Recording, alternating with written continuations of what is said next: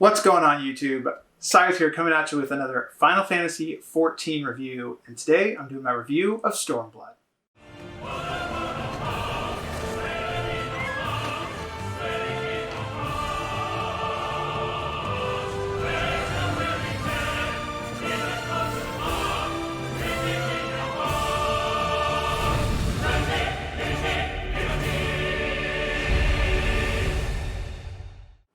So today I'm going to be doing my review kind of in the same style that I've done my reviews for A Realm Reborn and for Heavensward, and that is I'm going to go through my list of my pros and cons kind of back and forth to let you know what I really liked and what I maybe didn't like about this expansion. Now, Stormblood is the second expansion for Final Fantasy XIV, Heavensward being the first, and you go from level 60 to level 70 during this expansion, and the story takes up right where the story left off with Bahamut and Papalimu, kind of, well, let's just say there's spoilers in this review, I should say. So from now on, everything here is going to have some spoilers. So Ida becomes Lice, and Papalimu has an unfortunate end. And the story is going to take place basically in two different zones, sort of the area of Alamigo and also then the far east area of Kugane. So, all right, overall, the expansion. I loved Stormblood. Oh man, I thought it was fantastic. I thought A Realm Reborn was good. I thought Heavensward was better. And I thought Stormblood was even better. I mean, I really like Stormblood. And that's going to get me to my first pro right away. And you know what it's coming because it's been the pro in the last two videos and it continues here. The music. Holy moly, the music in this expansion is the best music yet, and actually by quite a large margin. The overall theme playing in that opening movie is awesome. It's gripping, it gets me excited. And then there are a couple themes that I even have to point out specifically as being so amazing. And one of them is during the boss battle with Lakshmi, I think that's how you pronounce it. And the music there is beautiful and creates a beautiful fight. I'll get more to the fight a little bit later because it definitely is one of my pros.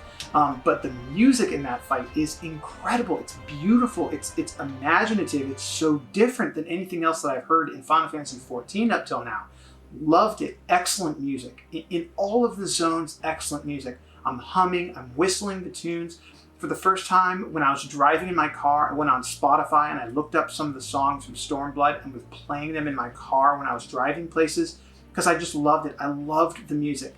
And the absolute highlight of that music is the locks. I think the track is technically called Songs of Suffering or something like that. It is spectacular. I mean, it is the best theme in all of Final Fantasy XIV. It's got these epic drums going. It's leading up to the end of the expansion. It's exciting. You're in this big open air zone and the music is thumping and it's wildly amazing. That theme in particular is the best. It's as good as it gets for Final Fantasy XIV music. It's in Stormblood. It's excellent. I definitely wanted to point that out as being the best. Now, unfortunately, it's going to tie into my first con. And the con is, why is there no new battle music?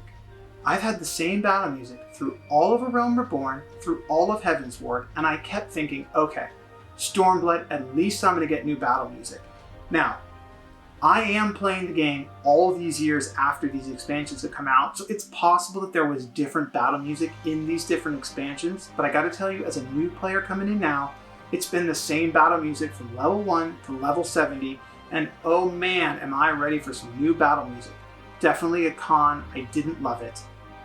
Also, I don't love the music in Kugane. Now, I know that they're going for a Far East feel, and I'll get to the pros because there are definitely pros when it comes to Kugane. However, the music just isn't very good. It's like the theme is too short, so it just repeats too quickly, and it just gets tiresome in my ear, and I don't like the actual music. It's not very melodic, and it didn't do anything for me. And it's a shame because I love the city of Kugane so much as far as a look, aesthetics, and just a feel and how it gets you excited for the story. But the music there is just not great. Definitely kind of a letdown, especially with the rest of the music being so good. All right, my next pro. The absolute best story beat so far in all of Final Fantasy XIV happens at the end of Stormblood. Now, again, I'm going to mention spoilers here, so if you don't like spoilers here, this might not be the best review, but especially this part, because this is a major, major spoiler. Oh, wait. Okay, those people are gone. The absolute best story moment in the game is when Raubon and Nanamo are in the garden in Alamigo. There is like this emotional moment that they have that I'm just like, wow, this is spectacular. It's like actually so moving. I mean, it was the first moment in the game where I actually like stopped and took a second and like reflected, and I was like, that was such a good story beat. That was the best story moment of the entire series. Definite props for that. There are a couple other great moments that I really liked in the story. Excellent story. Probably the best yet so far. I actually even liked it more than Heavensward. That might be a controversial take, but especially because some of those big story beats, and particularly the raid story beats, which I'll get to a little bit, really took it over the edge for me. So, excellent, excellent story beat there. Okay, my next con. I really thought that Yotsuyu is a too much of a caricature of a villain. Like, she's like a hilariously over-the-top villain that's just like so evil for being evil's sake. And I actually think the same way for Xenos. He's sort of like this caricature Sephiroth wannabe where he was like a little too cartoonishly villain, where it didn't really work for me. It's like, you gotta have a reason for being so evil. Thanos comes to mind. He's a great character that you can relate to why he's got the motives that he has, even though he's a villain. But Yotsuyu, for me, was just like, just not a great character, fell short. And her sidekick character, I just thought that character was terrible. I mean, they did nothing for me. Maybe he was supposed to be comic relief, and it just didn't land for me. But overall, not a huge fan of those two characters. And considering that they are the antagonists for so much of the expansion on the Far East continent, a bit of a letdown for me on that one. Okay. Kugane is awesome. What a beautiful, beautiful city. My next pro is definitely Kugane. The story starts and you are over where you've been for the entire game on Eorzea, and you take this ship over, and there's a really cool dungeon that's beautiful, beautifully done with all these moving environment moments, and it's really cool. And then you get over to the city of Kugane, and you like walk into the city, and you're just like, it just blows you away, man. It's like the influence of like Chinese and Japanese architecture are so incredibly strong. I mean, it's obvious that's what they're going for, but they do it in a very great way. I love the way the shops look. I love the way the city is laid out. I love the way the characters are all dressed in the city. It's such a cool city. They did a great job, great job. Props to the art team once again, because they knocked it out of the park with Kugane. Excellent. Very, very well done. Okay, my next complaint is the same complaint that I had in Heavensward, and I'm going to beat it to death here because it's even more problematic in Stormblood, and that is you cannot revive dead characters. It makes death meaningless. One of the best story beats in the whole expansion is when Gosetsu sacrifices himself to take out Yotsuyu and to save the Warrior of Light and the other characters that are there, and it's very impactful, and it's this very emotional moment, and there's this sense of loss of a character that you really like, only for them to be revived. It's like, it doesn't mean anything. Like, anytime a character dies in this game now, I'm just gonna be like, okay, well, why don't we use some magic thing or just some hand waving because the story needs it, and we'll bring a character back to life. It's so bad. It's my biggest problem with all of Stormblood is this reviving defeated characters. We're going to see it happen again with Xenos at the very end. And it's like you have to be willing to kill characters. You have to trust that the audience is going to go along with wherever you're headed. But if you introduce good characters, we will fall in love with those characters. And if you kill off characters, it has to mean something. There has to be an impact there. If you just keep bringing them back, it loses all that meaning. It makes death not matter as much, and it should matter. It should be important, because when a great character does die, there really should be a sense of loss. You want that emotional response to a story. And if a really evil character dies, you celebrate that that character dies. And if that character is going to come back, you're like, well, what was the point? Why did I do all of this story leading up to now if this character is just going to reappear? So definitely a huge con, probably my biggest con.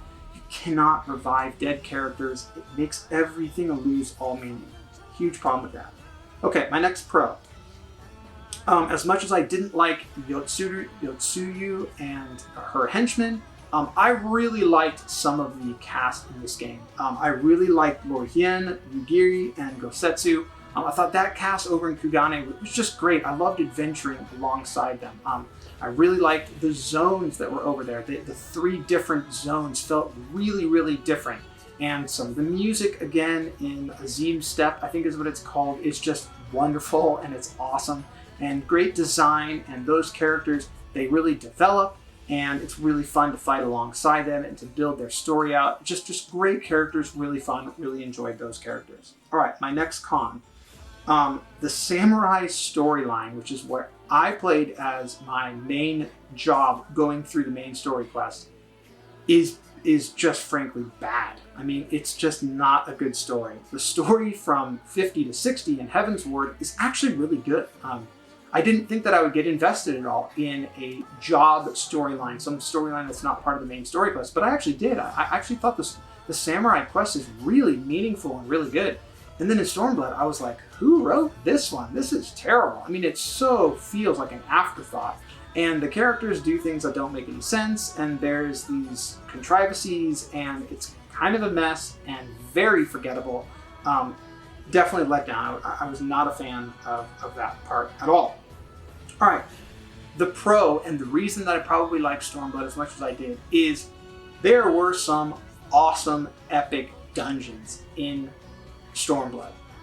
Just there's a mission in Azim Steppe where you're getting some like license to fight in this grand battle thing, and there's this really wild dungeon that you have to do to attune to be a part of some clan to participate, but just a fantastic dungeon, very colorful, bright, lots of things moving. The battle that I mentioned at the beginning, when you're traveling from continent to continent, there's a really cool battle that happens there. There's this fantastic battle, the Lakshmi battle, which is just beautiful and so artistic and colorful, and just, it's a wonderful battle. It's beautifully done. And then there are also there's this Monster Hunter dungeon that's like an event quest that was added in Stormblood that's super fun. And since I played Monster Hunter like crazy growing up, I thought it was super cool that I was fighting Rathalos in Final Fantasy XIV. Loved it, really cool fight too. But just overall, some great dungeons, some really epic duties, including and specifically the duty in Azim Steppe where you're fighting for the crown of that land. I can't remember exactly what it's called, but that duty is awesome and actually very challenging, which was cool because sometimes those things are pretty much a pushover, but just great duties and even better dungeons. Definitely a huge plus and a huge reason that I like Stormblood as much as I did. All right.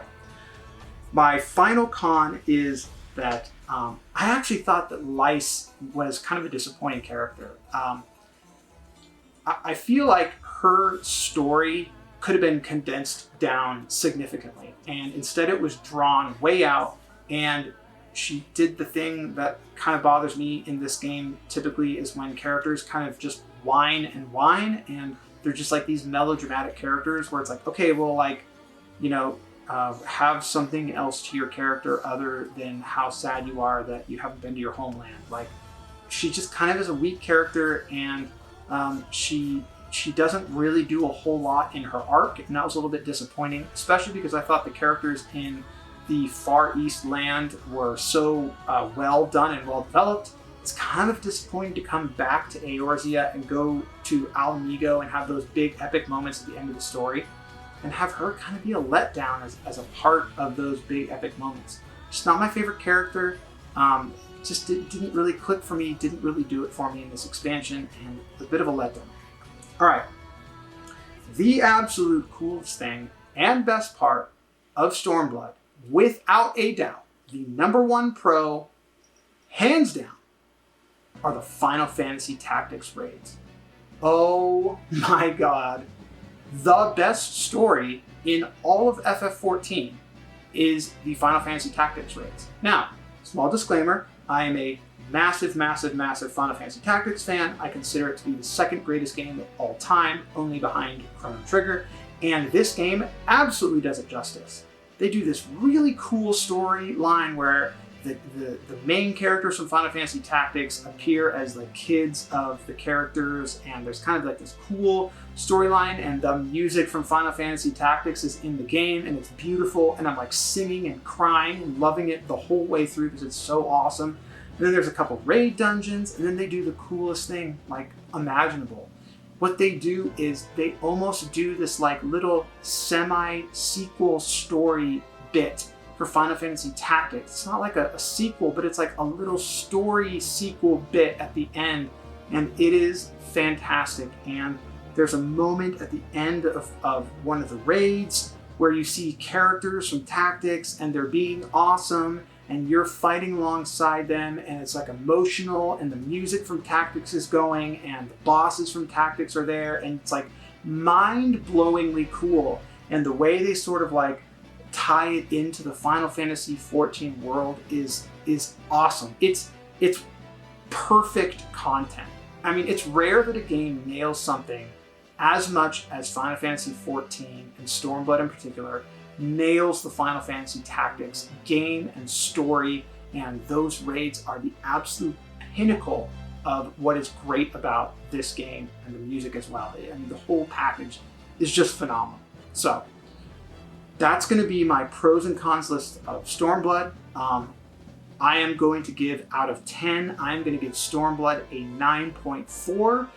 There were definitely a few moments that missed for me, and not everything was perfect, but it's a matter of weighing things. And I thought the good overwhelmingly outweighed the bad when it came to this expansion, and led by some great boss fights, the best music so far, and by far the best raids and story content so far in the story. For me personally, definitely made this the best expansion yet, and got me really excited to see what the team does with Shadowbringers moving forward, and then Endwalker after that. It seems like the game is just getting better and better and better, and it's really exciting to be where I'm at in the story, and it's really exciting for what's coming in the future. So I thought it was great. I really like Stormblood, and yeah, leave a comment below and let me know what you think of Stormblood, because I thought it was fantastic. I'm really curious to know what you guys thought about it. So, all right, that's my review of Stormblood. If you could do the YouTube things here and like the video, that would be huge. And if you want to subscribe to the channel here and ring that bell for notifications on future videos, that's also huge. And then I'm also going to be doing a 24-hour live stream of Endwalker on December 3rd when the game launches at 1 a.m. And I'll be going around the clock for a full 24 hours there. So you can catch me over there at twitch.tv/CyrusTheGreat99. I'll be leaving a link in the description below here. And that's all for this video. I'll catch you guys in the next review. Peace.